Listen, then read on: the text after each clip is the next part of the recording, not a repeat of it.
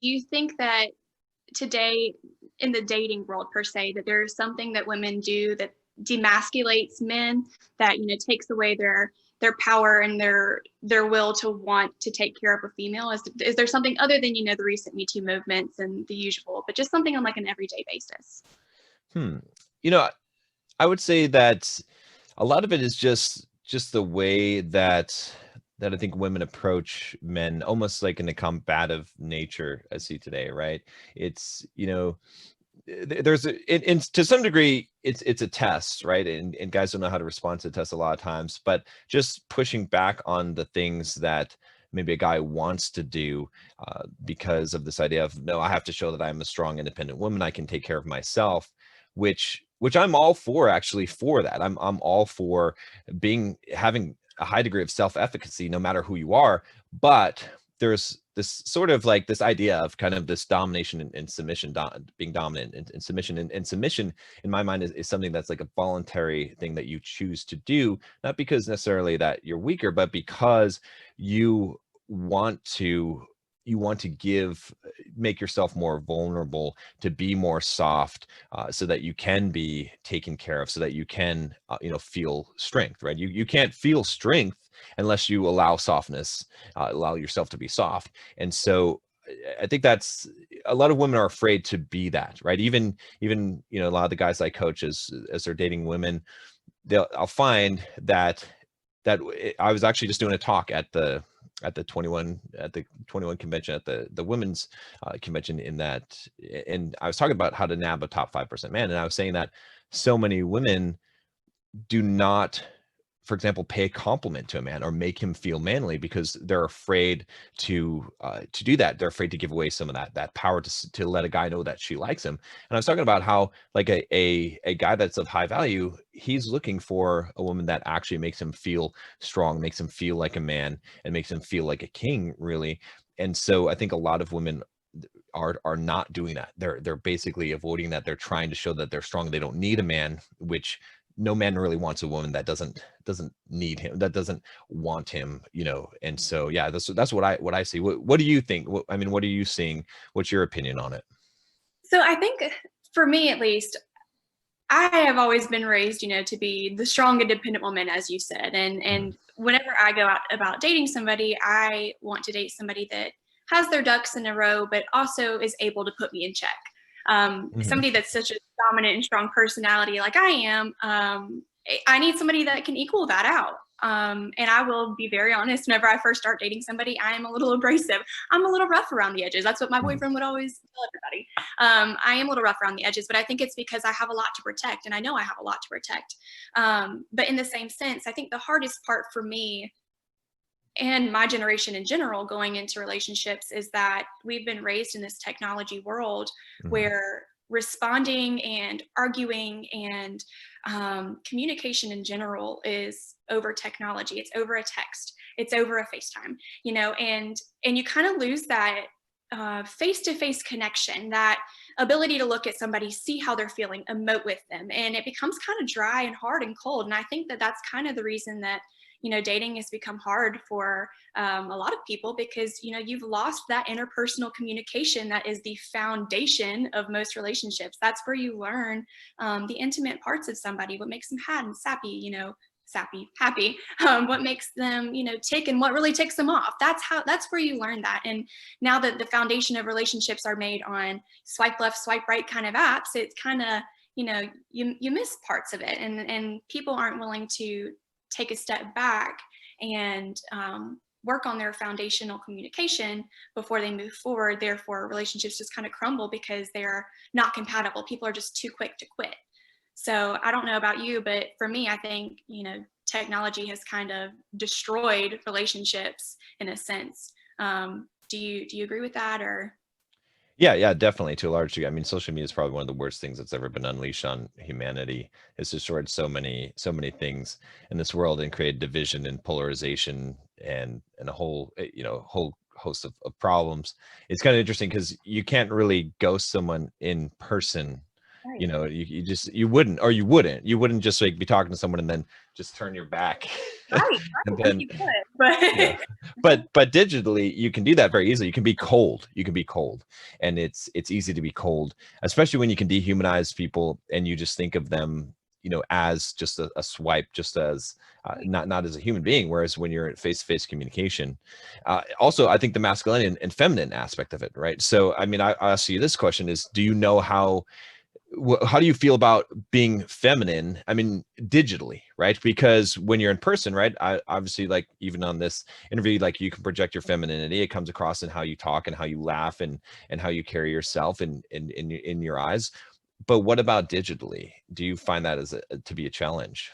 so what I think is interesting digitally, as far as like social media Mhm. apps and everything go, it's not femininity is often confused with sexuality, sexy. Correct. Everybody has to be sexy. The more skin you show, the better. The more curves you have, the better. And I think that the whole femininity is, the idea of it has been lost to that. I don't think people realize that, you know, the gentle, the modest, the caring and concerning side of females, the Mhm. nurturing side of females is Yes. often overlooked. And I think that, you know, when somebody goes to find somebody to date, for example, let's say I'm going to go find a girl to date, um, I would, you know, look for a sexy girl. I would want somebody that looked good, that took care of themselves. It shows that they are able, you know, to function in society without needing somebody. But what I fail to look for is the fact that they would not only be able to take care of themselves, but take care of me in the harder times. And so that's kind of the reason I don't like social media in the sense. I don't like the fact that, you know, it's only the highlights of your life. It's only the parts that you want people to see. For example, I model swimsuits, and you know, I get paid to post pictures of swimsuits, and that's all fine and good. But what people don't see are the 8, 9, 10 months that I worked out before that shoot. Mhm. People don't see the days that I sat in front of a mirror and looked at the cellulite in my legs. But what they see is an edited photo on my Instagram and Right. a bunch of guys underneath it that are like, "Oh my gosh, are you single? Would you date me? You know, here's, can I be your sugar daddy?" Which is like the number one thing that drives me nuts. But you know, it's interesting that, you know, we've forgotten that social media is just our highlight reel. People kind of see it now as, you know, your everyday life, almost like a blog of your life, when that's not reality. I was gonna say, no, that's very true. I think you hit the nail on the head too when you talked about the idea of the sexuality in your face not being feminine. I think a lot of people are confused about it. It's actually very masculine. So one good example is, you know, a stripper. A stripper is very masculine. It's a very masculine thing to be aggressive and to project the sexuality like that. That's a very masculine thing. Whereas, you know, what you said was completely 100% accurate about femininity, which is interesting because I find that so many women today don't know. I mean, I get questions from women all the time asking how to be more feminine, and you seem to have it nailed. The idea of being soft, the idea of being nurturing, so important. So, and also what I was talking about before is so many women are afraid to show that nurturing side, and they think that will actually turn men away. And it may turn away men that are not very masculine themselves, but a very masculine man is looking for a feminine woman who shows her nurturing side, because then he says, okay, you're unique, you're special, you're actually someone who I'd want to spend my time with, who actually sees value in me as and is willing to take care of me to some degree in that way. And I think that's a beautiful thing, but it's so rare.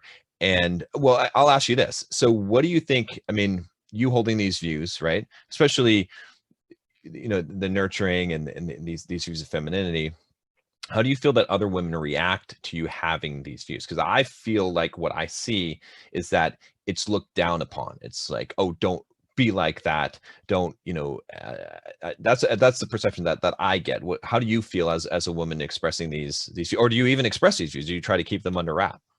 So that's a very interesting question. I that could go one of two ways. So Mhm. women today are in the "I don't need no man" kind of mindset. I'm going to do well on my own, and if somebody comes along, great. The flip side to that is, if a man comes along, he better buy me a big ring with, you know, that's 10 carats and I want real gold. And, you know, women want too much and they can't narrow it down. And I think the big thing for me, you know, I wasn't raised in the pageant world. I've been in the pageant world for about 4 years now. And it has really been a learning curve to figure out, you know, what is considered feminine, what is considered strong. And what I find today is that women, you know, they mistake false confidence for strong. They mistake femininity for sexy. They mistake being smart for being able to talk your way out of an argument. And so I think it's interesting in terms of relationships that, you know, we're able, like I said, on social media to post what we think is feminine, what we think is strong, what we think a man is looking for. We're able to tailor ourselves to show them that specific side and often forget that they're looking for multiple sides. And I think that that's kind of the disconnect between my friends and, you know, I've got a couple of friends that are in the dating scene right now, and they're trying to find somebody to, you know, settle down with and have a good time with. And they're like, well, you know, he liked my picture when I was in a swimsuit on May 18th, but, you know, for some reason I post this picture in a turtleneck and I just don't know if he likes me anymore. And it's kind of like, well, that's a little concerning because I hope your relationship is based off of more than just looks. And I'm sure it is, but I think females read too much into what a male wants and all the little interactions that we have that males don't think twice about. Females are overanalyzing over and over and over again. But just kind of piggybacking on your last question. So why do you think that, you know, females feel the need to feel the need to look strong or to be strong to men? Why do you think that, you know, all of a sudden it's gone from being a nurturing, you know, lover to a woman that has somebody to almost like arm candy? Why have men become arm candy? Yeah, you know, that's interesting. That's a good question. I would say because of feminism, not femininity, but feminism, because it's really pushing for women to become men. It's really saying that men are bad, yet at the same time trying to get women to become men because they're valuing the things that are valued in a male dominated, in a patriarchy type of system, which is power, right? Money, right? Self-efficacy, like to the degree of not needing anyone, being independent, you know, setting your own direction in life, these things that we'd find as masculine attributes. And so if women are listening to this and, you know, it's propagated through the media today, through Hollywood, through all these different channels, and they're seeing that, and even like you said with Hollywood, right? Why do I dislike when there's a female superhero in a movie? Not because I don't think that a woman could be a superhero, it's because the message that it sends, because it's saying this message of, look, I don't need a man. Then a man has to say, well, what purpose am I? I guess the purpose becomes that I'm eye candy, that, you know, which is a complete reversal. It's a complete ridiculous reversal because it should be the other way around, right? And in fact, I've got something that I think would I'd be curious to hear what your opinion is on. I said some of a controversial statement at the last talk that I gave to women, and I said that, and this is the first time I said it because I wasn't sure about this, but I was pretty sure after this, but I said that a man should not build his life around a woman. If she comes number one in his life instead of his mission, it's unattractive, and a woman will lose attraction to a man. That's not a real man. A man has his mission, purpose in life, number one. His woman can be number two. So he shouldn't build a life around his woman. But a woman can and probably should build her life around her man. What do you think about that? So I got my undergrad degree in neuropsychology. So I've studied a lot about the female brain, male brain, and they are compartmentalized very differently. And so I would agree with that statement, which is, you know, it almost pains me to say it's like vinegar coming out of my mouth to say that. And I think that a lot of the reason people push back on it is because it goes against everything feminism has taught us in the last 10 years, you know?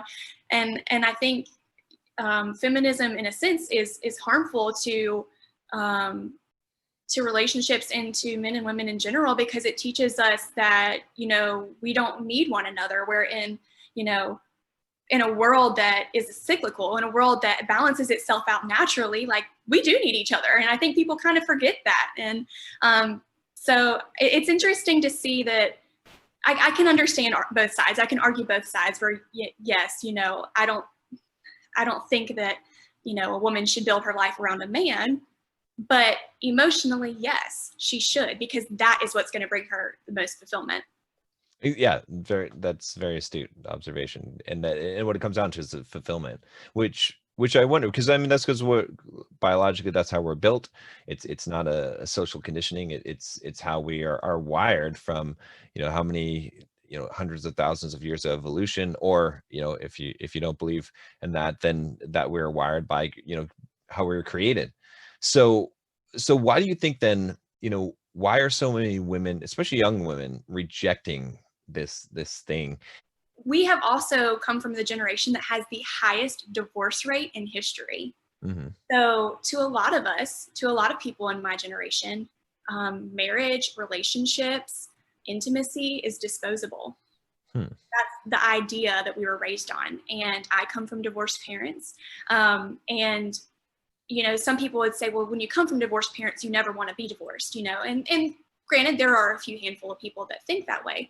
But most of us said, well, our parents weren't happy, so they left. And so now, anytime we see something that's a red flag, anytime we see something that we kind of don't like, we're like, oh, I don't want to put up with that for the rest of my life, you know, on to the next one. Or, you know, there's somebody out there that won't do it that way.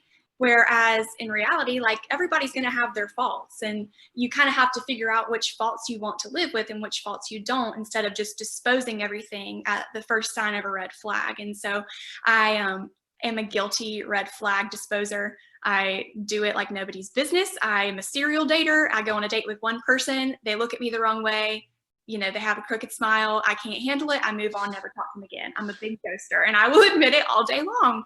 But it took a really long time for me to figure out that, you know, everybody is not disposable. And when you start treating everybody as disposable, you know, they kind of, that's all they expect from you, whether it's your romantic relationships or just your friendships. That's kind of, you know, people are always watching. Every relationship in your life is watching how you treat other people. And so whenever I was being a serial dater, I found that my friends were like, okay, Madison, you know, you need to, you know, not do that, because eventually one day you're going to, you know, eliminate everybody in your life because they did one thing weird or wrong, and you have weird quirks too. So I don't know. It's interesting to see that people are not willing to put in as much work on themselves in relationships today, you know, as they used to back then. So what do you have to say on that? Do you think guys, I mean, I know how girls feel. Do you think guys kind of see relationships as disposable? And what do you think attributes to that? Well, I would say that it depends. You know, the biggest dynamic that I see that influences this is that, you know, 80% of women want the top 10 or 20% of guys. Really, I would say it's the top 5%, honestly. I think it's getting more and more so in everything, right? In looks, in ability to provide money, success, right? Status. They want men that are the top catch, and they won't accept anything less. And it's the other way for men. Most men are in the bottom 95%, let's say, and that they will accept any woman that's within the top 50%, let's say, maybe even less than that, right? Because they're having a hard time, right? If you're sort of in the bottom 95% of guys, you don't have very many options. If you're in the top 5%, you have a lot of options. You have more options than women have, which is surprising. And so what I see happening because of this dynamic is what you're describing. Like, you know, you said being a serial dater. I firmly believe that attraction is not a choice. So I think a lot of times what's happening is that women are settling. They're going out with guys that they're not really attracted to. They're not the top 5%. They're just hoping that maybe, you know, they'll go out with this guy and just somehow he'll just happen to be that guy, but they really know that it's not. And then justifying it by saying, oh, well, he had this red flag, or this was something I didn't like about him, when really the reason why is because he's just not the top 5% guy that you're looking for. Whereas you go out on these dates with the top 5% guy, and he's got a lot of options. His Tinder looks like your Tinder. It's full of matches. And so he doesn't call back. He goes, and you keep chasing that guy because he's the one that you can't get. And again, I'm not talking about you specifically, but women in general, and it creates an issue because again, some of it is because of what you said, because of disposable relationships. Guys are like, you know, if you're in the top 5%, it's like you won the lottery. You can just go on as many dates as you want. You can bring as many women home with you as you want. You're not gonna have very much resistance, and so there's no reason for you to get attached. Whereas you know, women are seeking those guys, and they're dating the bottom 95% because got to date someone, and hopefully this guy will be the guy, and they can, you know, let go of those guys because there's a chance at getting the really good guy that you want. And so what I see there also, again, I think this is where my talk was how to not nab a top 5% guy, and I was talking about how, like, being very feminine, actually not giving it up right away, you know, actually having some standards and saying, hey, you know, I'm not going home with you, right? But still showing that you're attracted, still being feminine, and treating him like a strong man. And those are the things that are gonna separate you out from the crowd. And a guy might say, well, okay, this girl is different than all these other ones. I was going to ask you, you know, do you think that this like one night stand fad that has gone on, you know, in younger generations has kind of ruined the idea of intimacy for either the bottom 95% that you were talking about, or just for guys in general? I would say, I mean, again, it's only really the top, right? Maybe the top 20% of guys that are actually able to have the choice of options. Most guys, you know, I coach a lot of guys. Most guys would girlfriend up or marry the first girl that is willing to have sex with them, to be honest, right? That's just because that's, they're like, hey, I got to take it while I can. And it's unfortunate because they don't have any standards for themselves. They don't have any respect. That's why they're never going to become a top 5%. But at the same time, you know, women behave the same way, right? They're like, oh, if I have sex with this guy, he'll like me more, which is wrong. And at some level, women know that, but they do it anyway, thinking that, well, I get this approval, I get this acceptance from this guy, or, you know, and so I think it does to some degree ruin that. But it's been going on for a long time. It's not like this is a new phenomenon. It's just it's just acceptable. It's just in the open now. But this has been going on for many years, right? We just didn't call out the behavior. We didn't know the behavior, and maybe there's more of it. I mean, there's with social media and everything, there's more access to it, but it's becoming more normalized. Whereas, you know, this is something that's always gone on. But yeah, I think that who's really losing out the most is women, right? Because one thing I talk about a lot is, you know, every sexual interaction that a guy goes through makes him harder. Actually, anyone who goes through, right, male or female, woman or man, if you have sex with somebody, I feel like it makes you harder to some degree. And for men, that's a good attribute. To become hard, a man should become hard. He has to learn how to become a man. A lot of men are soft today. They learn to become hard over time. Now, to a degree, right? To some degree, it becomes too hard. You don't want to be just completely ice, right? But to some degree, it's a more of attractive a trait for a man to be hard. Whereas a woman's attractiveness is in her softness. And so as women have a large number of sexual experiences over time, they actually become hard and more masculine and lose some of that attractiveness and lose their ability to procure a long-term mate, because a man may have sex with a woman who is hard, right? Who is very sexualized.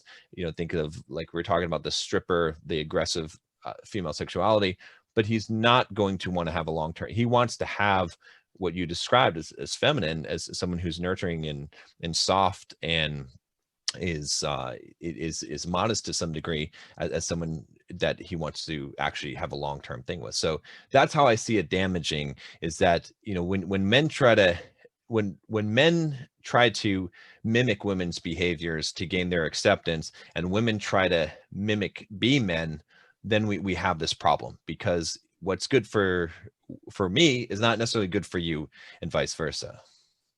So just kind of going off of piggybacking. So in a sense, you're saying that men to a degree need innocence in a female. They need some form of, you know, innocence, gentleness, nurturing.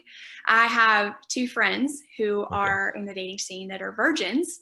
that cannot seem to keep a relationship after they tell a guy that they are not going to give it up before marriage. And so what do you think, how do you think that, on the complete polar opposite side, these are the two outliers, like how do you think that, kind of works in today's society? How do you think do you think that's intimidating? I don't know.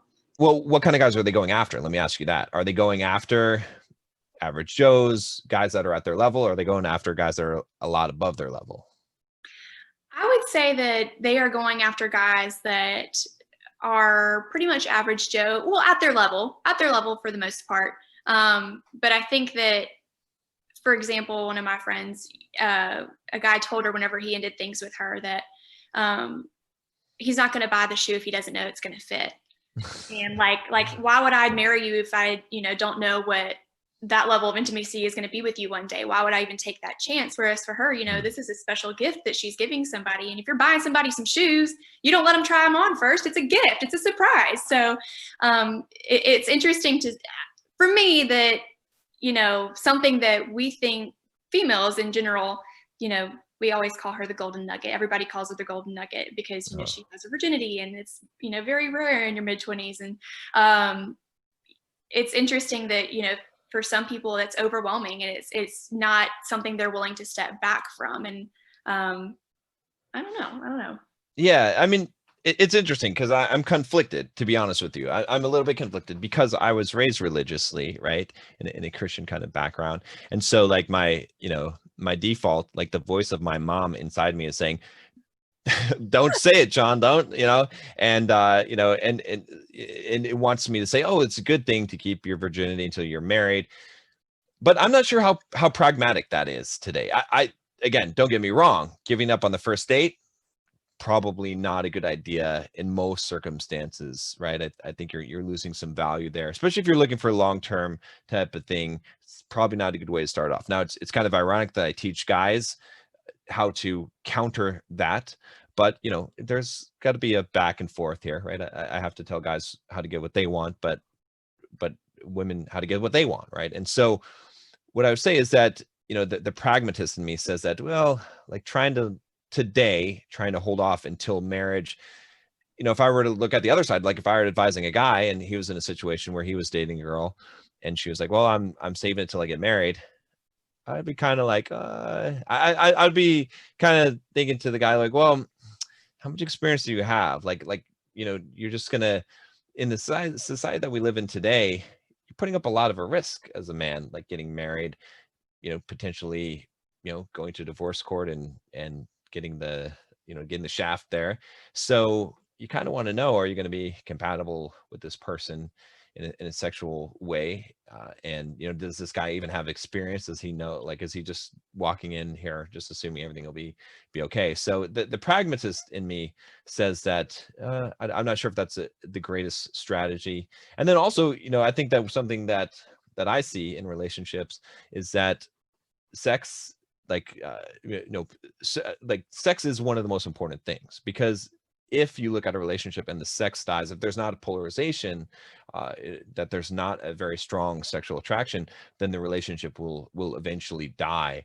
And a lot of relationships that die today, I think the reason why we have a very high divorce rate is because of a lack of polarization, right? You may enter a relationship very masculine or feminine, or sometimes it's not even there to begin with, but a lot of times, like a very passionate relationship begins with a very masculine man and a very feminine woman.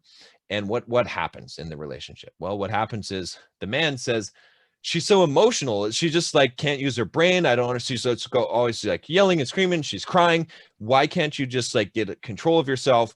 And he's basically saying, act like a man, right? And then eventually he succeeds because he can't deal with the emotion, because we don't teach men how to deal with emotional women, with feminine women today. So he can't handle it. So he turns her into a man, and now she can be his friend and they can get along at an analytical level. But that sexual attraction dies because you have to have polarization. And then a woman does the same thing. She looks at the man and she says, I can be like you. You don't get to necessarily call the shots.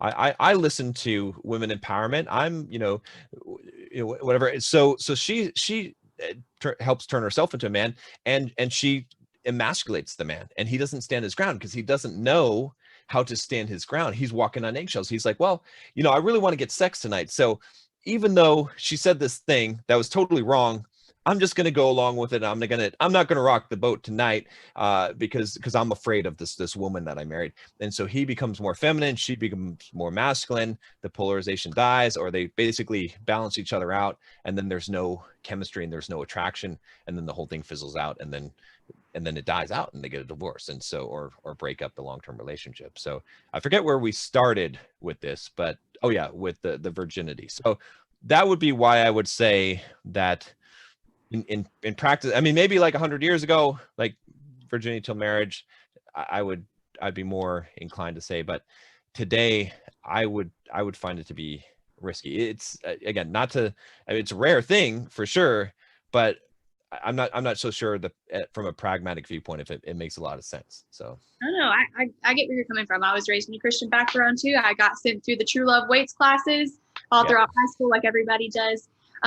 You said earlier that men don't really know how to, take care of or how to handle a very feminine woman, somebody that has a lot of emotions, that, women are always said to be more emotional. We're always crying over something, there's something always wrong. We're the more dramatic sex. What can I say? Correct. So why do you think that that's happened over time? Yeah, because they're not strong, because we have raised a generation of weak men. Men are pussies today. And they think that it's tough to not tolerate stuff, right? To not tolerate. They don't understand that women are looking for a man to be a rock, to be strong, to basically that they're always going to be testing a man to see, can he handle me at my worst? Because when you know that a man can handle you at your worst, you feel safe. And safety is the precursor to sexuality. You can be sexual with a man that you don't feel safe around. And, I feel like the greatest fear of every woman is that someday someone will discover just how crazy of a bitch that she is and not be able to handle it. And so you kind of have to say, do you still, like, if I do this, do you still love me? Do you, like, if I let you see this part of me, do you still love me?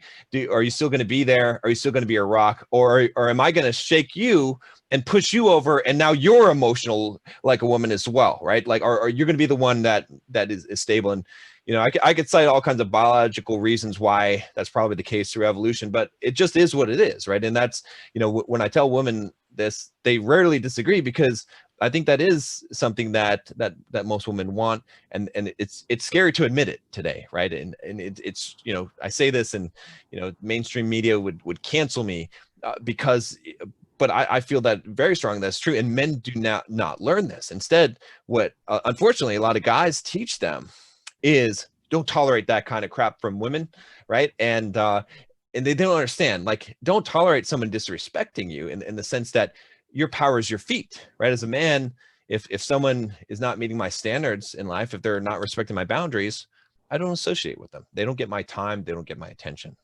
But at the same time, as a man in a relationship, you have to be strong. You have to be able to withstand the storm of a woman, to show her that no matter what she does, no matter how emotional she is, that you're there still. Then that creates that safety, which all women crave. So then, in a sense, do you think that, women always get ratted out for testing their man, testing to see, are they going to answer the question the right way, or are they going to, react the way that I need them to? Do you think that that's always harmful? No, it's not harmful at all. It's important. It's just like in the animal kingdom, right? You have these birds, I forget what it happens in a couple different species, where they pretend to be the alpha male. They pretend, they have the coloring or whatever, or they mimic, and then the female of the species tests them to see if they really are, because they need to know, because they don't want to get duped into mating with the beta male or the other subspecies of the, and so that test is important. It's the same thing again, especially today, right? Men learn tactics to attract women, but they're not really that man, right? The real core of a masculine man is being strong, is being stoic, is not being emotional, having emotions, but not allowing the emotions to dictate his actions. Whereas women are wired differently. And so if you don't test that, You're going to have a guy that he's seen, this guy, oh, he's jacked, he's strong, he's tall, he's, he talks a big talk. But you know what? As soon as I push him, as soon as he gets emotional too, and he flies off in a rage, or he cries, or he does all of these things. How are you going to trust a guy like that, right? Especially being stronger, being dominant. How can you be submissive to a man that is emotional, knowing that he could fly off in a rage, or that he's not going to be able to handle a stressful situation and to think analytical? Because you want to be feminine. You can't be feminine and relax and be feminine and be emotional and allow yourself to be free when you have to watch out. It's like when you're driving a car, right? Have you ever driven a road trip? And I've driven with some people where I'll be sitting in the passenger seat and I'm just snoozing. I'm not even worrying. But there's some people I'll drive with and it's my turn to sleep and I'm not sleeping because I don't trust them, right? I know that if I fall asleep, we're going to die. So that's how I view it. So let's say you're test driving a relationship, and what are some red flags that a girl should look for in a guy? How can we know that they're putting on a face? I mean, the first one is if they get emotional, if they react to something in a negative way, I call it the huffing and puffing, right? If a guy doesn't get what he wants and he's like trying to covertly communicate to you that he's upset with you, instead of just directly saying, I don't like when you do this, and not being butthurt about it, then that's a big flag. Do you think women today are able to handle the direct conversation as, I don't like when you do this? Women hate being told that they're not right or that something they did is wrong. So do you think that in some way that communication has been lost? It has to be done. And secretly women want it, because every woman I've ever talked to that's had a problem with her man has always said, secretly, I wish he would put me in my place sometimes. I wish he would say no. I wish he would give me some kind of boundary. You can't feel safety without boundaries. And a lot of guys are afraid because they're afraid of losing. They're afraid of losing her. If you're a man that is secure and on your mission, and that's why your mission has to come number one, if someone is detracting from your mission, they can't stay in your life. Doesn't matter how beautiful they are, how good they look in the swimsuit, doesn't matter, right? The mission comes first. And so that means having respect for yourself. That means having a boundary. That means being able to say no. And if you walk, that's fine. I still got my mission and I'm still going after, but I'm not going to compromise my value just to gain your attraction or just to gain your approval. I'm going to say what's on my mind, and I don't need to hint at it. I can say it directly. And if you can't handle it, that's your problem, but I'm not going to change who I am just to please you, because so many men are pleasers. So let's throw it around the other way. Let's say a girl comes to you and says, I don't like when you do this. Mm-hmm. And not that it would necessarily, change with your motive in life, whatever you're going towards, but if in some way it changes, something that defines who you are as a person, would that be a reason for a guy to step back? For example, like, I'm the kind of girl that I like to be put in my place. I know it needs to happen sometimes, but for some reason, I just think it's so hot when a guy is able to say, like, calm down, like, you're being too much.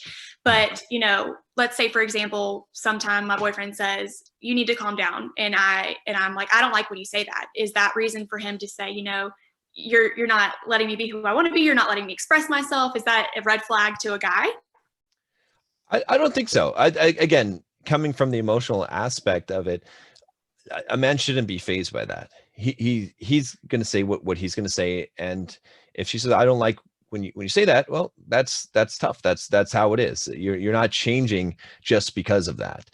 So I think a lot of guys will back down. And again, that's a test, right? It's like I think of Odysseus, right? There, in Greek mythology, where he was on the ship, he's coming back from his crazy adventures, and he's passing by the sirens, right? And he tells the man, he's like, tie me to the mast, and they put wax in their ears, and he says, whatever I say, do not untie me, right?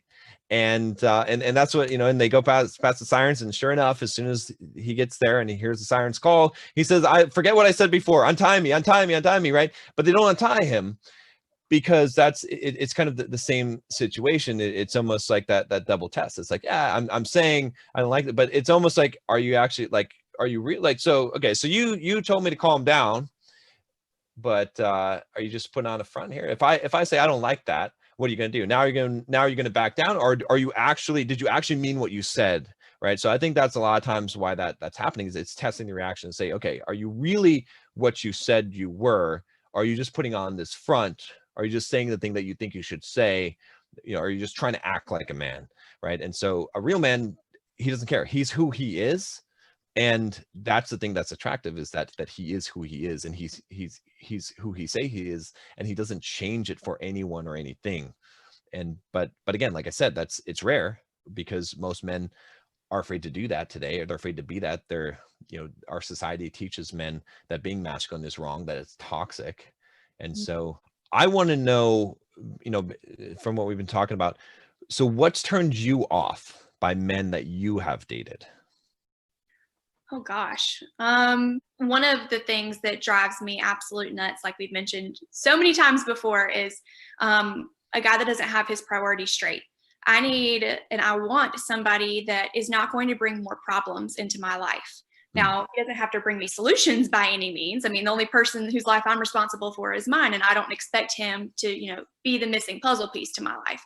However, I don't need somebody to bring me more stress, more worry, more whatever it may be. Now, in any relationship, there's going to be some ounce of, you know, stress and concern, and, you know, you're always going to care for love for, you're always going to care and have some ounce of concern for people that you love. But I would definitely say that it is that, along with work ethic. I have been on dates with a couple people that played professional sports, and yes, they've got a great work ethic in their sport, but what else is there? Like, what else is there to you? You got to have some depth. You know, there has to be something more to you than your career. And so that's another thing that I look for. But the big thing for me is I need somebody to have a backbone. I am the kind of girl that will chew somebody up and spit them out whenever I date them. And I will walk all over somebody like a carpet and not even mean to, just because I am a strong personality and I'm okay with saying, hey, I want this, or I need this. Whereas, you know, I need somebody to say, you don't need that, you want it, you know? So I need somebody that has a backbone, that can put me in my place, that can tell me when I'm wrong and explain it to me, you know, this is why this is wrong, and that can work with me. You know, a relationship is all about balance. You're supposed to work to build each other up. You're supposed to, you know, become the best version of yourselves, not become one individual that's like somewhat mediocre. You're supposed to become two great individuals. And I think that a lot of times people mistake a relationship for, and I think this has a lot to do with, you know, the wording and getting married, but, you know, two people becoming one. Yes, they are becoming one if you are a Christian and, you know, you think you're becoming one underneath God, but like, you're still two individuals. You still have two lives to live. You still have two people's happiness to be responsible for. And I need somebody that's going to say, you know, here's our next step. Here's, you know, what we did right in our relationship. Here's not what we're doing right. We need to work on this, because I can't be the only one in my relationship that is calling the shots. It's exhausting to be a dominant female. And any dominant female will tell you this. Anybody that is, you know, working up the food chain in their career, or anybody that's in higher education or whatever it may be, or even, I mean, let's say the people that have the hardest jobs are teachers and moms, stay-at-home moms, because they, you know, all the time are on the go. They're always in charge. They're always having to put their best foot forward. And sometimes it's nice whenever you are a female of power just to let somebody else. Yeah. You know, Let someone else take charge, right? To be not the, I think in the absence of masculinity, a woman will become masculine, because there has to be masculine, because otherwise nothing will get done, right? No direction will go. And women do not want to have to be forced to become masculine, but in so many relationships that's the case, because the guy's not stepping up.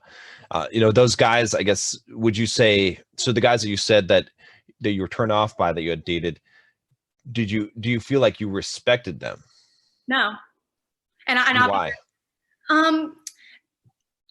I think a lot of it has to do with, you know, like you said, the toxic masculinity. If you can't stand up for yourself, how do I know you're going to stand up for me?